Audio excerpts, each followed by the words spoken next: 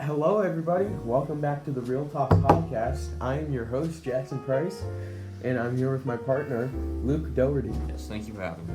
Today, we'll be talking about the Syrian civil war, and I think we should just jump straight into it. Luke, can you tell me a little bit about the war? So it is a civil war. It's between the government of Syria and the people, and multiple militia groups within the civilian population. Around 160,000 civilians have been killed due to the war, and an estimated amount total killing is like over 500,000. So it's pretty bad. Alright, that's pretty it's pretty gruesome considering that like this is a war where like some families are getting split apart because one feels this way and then another person in the family feels another way. But it actually leads me to my next thought. What are like the human rights violations during the Syrian civil war? So the Syrian government have destroyed cities. Like 6.7 million people have been displaced due to it, and only about 8% of them actually live in camps. So they're forced to live in abandoned buildings, just like other surrounding countries, and many of the war crimes that the Syrian government have been committing has been overlooked by the United Nations. Wow, like that's just absolutely terrible. Now, I know very little about the war. I believe it started in March 2011, is that correct? Yeah, early 2011, I would say, yeah. Okay, and I did do a little bit of research before I invited you here today. Now, according to various human rights organizations, such as like the United Nations, human rights violations have been committed by both the government and the rebels. So, with the vast majority of the violations having been committed by the government, I've heard that there's also been at least 9 intentional mass killings in the period from 2012 to like mid-July-ish 2013 by the Syrian government against its own people. Yes, Now, that's correct. Like what is the government doing to commit these violations against humanitarianism? So originally it began with some protesting and graffitiing, and someone did get arrested for it. It was a teenager, but there was no evidence against it. It was kind of baseless jailing, and so everyone was kind of upset about that. And I think a lot of it is the Westernization of the Middle East, where a lot of the civilians and the population in the Middle East have really just taken a liking to the Western culture with the United States and all of that. Now,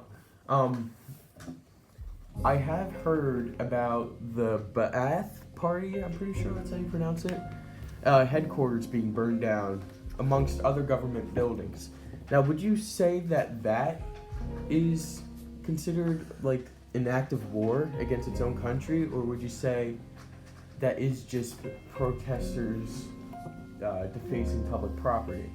And it took 15 lives of protesters as well. I think it definitely is just a threat to the government, and in any case, I think people were very upset, and I think people wanted to see the government fall. So this is basically them saying like, just to the extent that they're willing to go to get what they want from the government by burning down government buildings? Yeah, I think so, because I think at the very least, a lot of countries have not backed this Syrian civilians and militia groups, especially little support from the United States. I think have caused them to a lot more unrest than they needed to be. Mm-hmm. So Luke, tell me the significance of this humanitarian crisis. Like, how big is it compared to other events in the world? Well, as I said, 6.7 million people were displaced, and they were all going into other countries like Turkey, Jordan, Lebanon, and even Iraq and Egypt as well. So those countries have had millions of refugees come into their nations. But also, if a lot of people do not know this because the Syrian civil war is such a small, there's not a lot of information on it, and there's not a lot of people that do keep up with the conflict. It's actually the biggest humanitarian crisis since World War II, only surpassed by Yemen's war in 2018. Wow. Since World War II, it's the biggest humanitarian crisis Yep. ever. That is insane. And these poor people, like, they're getting slaughtered, their families are getting torn apart, and all they want is a fair, equal place to live in with a government that isn't constantly attacking them. Yes. Now, who's backing these rebel groups against the government? So, as I said, America has had very little to do with the Syrian civil war, but they do have support for the civilians, and they are strongly against the government. And they do provide financial support and military support, but that comes secondary to other conflicts that we are having right now, unfortunately. Are there any countries in particular that are assisting the government at all? So the main countries backing the government, I believe, is Iran and Russia. Iran comes through Russia, and Moscow, being one of the biggest suppliers to the government, is huge because they are such a big country.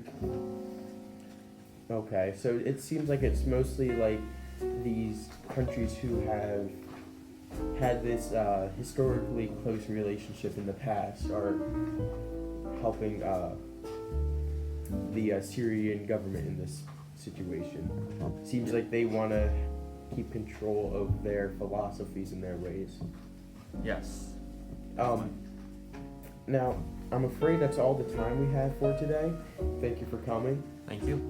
The Syrian civil war is really not talked about enough. It's this massive crisis for humanity. Sorry. And,